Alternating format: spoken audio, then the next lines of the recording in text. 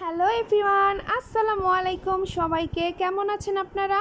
আশা করি যে যেখান থেকে দেখছেন ভালো আছেন ও সুস্থ আছেন। আমিও ভালো আছি আলহামদুলিল্লাহ। আমি জেনাস ফ্যামিলি ব্লগ থেকে চলে এসেছি নতুন একটি ব্লগ ভিডিও নিয়ে। আশা করি আপনাদের ভিডিওটি ভালো লাগবে। আজকে রওনা হলাম আমাদের প্রাণের শরীয়তপুর, আমার শরীয়তপুর। আমাদের এই ঢাকা ব্যস্ততম শহরের মাঝে থাকতে থাকতে নিজেকেই যেন কোথায় হারিয়ে ফেললাম। তো এই ব্যস্ততম সময় থেকে কিছুটা মুক্তি পাওয়ার জন্য চলে আসলাম প্রাণের শরীয়তপুরে। আর এসেই দেখতে পাচ্ছি এত সুন্দর গ্রামের দৃশ্য, দেখে চোখ জুড়িয়ে যাচ্ছে, মন জুড়িয়ে যাচ্ছে।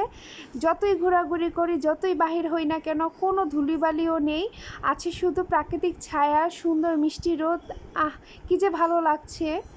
আমার তো গ্রামে আসতে খুবই ভালো লাগে। তো গ্রামে আসার পর এটা ছিল নেক্সট ডে। আমরা সকালবেলা ঘুম থেকে উঠে নাস্তা খেয়ে নিলাম। এখানে নাস্তার মধ্যে নুডলস ছিল। আমার দাদুর হাতে এই নুডলসটা আমাদের খুব পছন্দ। শসা দিয়ে রান্না করা হয়, অল্প মশলায় অল্প তেলে, খুবই ইয়ামি হয়। তো সকালবেলা ওনারা আমাদের ফেভারিট নাস্তাটাই দিয়ে দিল।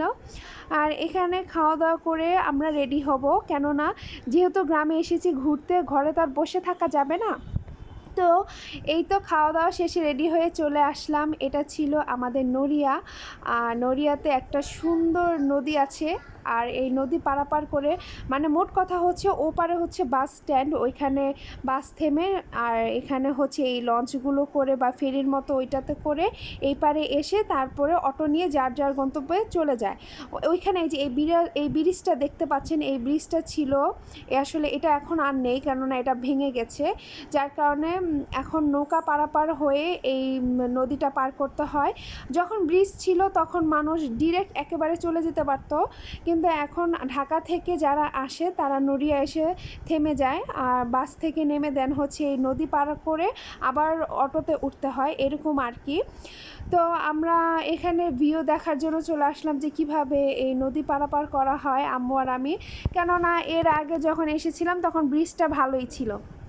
তো আমি আবার এই পানিগুলো ফিল করার জন্য একেবারে নদীর কাছে চলে এসেছি। পানিগুলো খুব ঠান্ডা ছিল।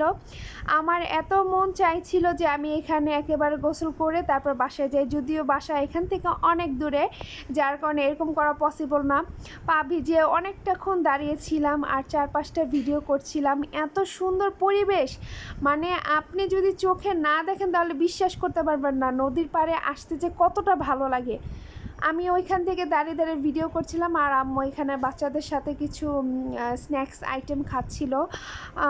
বের হলে তো বাচ্চাদের জন্য খাবার কিনতে কিনতেই শেষ। বাচ্চারা বের হলে চিপস এইটা ওইটা সবসময় খেতে চায়। তো ওনারা এদিকে খাওয়া দাওয়া করছিল, আর আমি পুরাটা নদীর ভিডিও নিচ্ছিলাম, ভিডিও ক্লিপগুলো কালেক্ট করছিলাম। আমার কাছে এতটাই ভালো লেগেছিল। আর এই ভিউটা হচ্ছে বিকেলবেলা এই ভিউটা দেখে আমি খুবই মুগ্ধ হই। এত সুন্দর, মানে সূর্য ডুবতেছে এই মুহূর্তের ভিউ নিচ্ছিলাম। তো গ্রামে যেহেতু এসেছি আরও ভিডিও করব, পাশেই থাকবেন। আজকের ভিডিওটি আশা করি আপনাদের কাছে ভালো লেগেছে।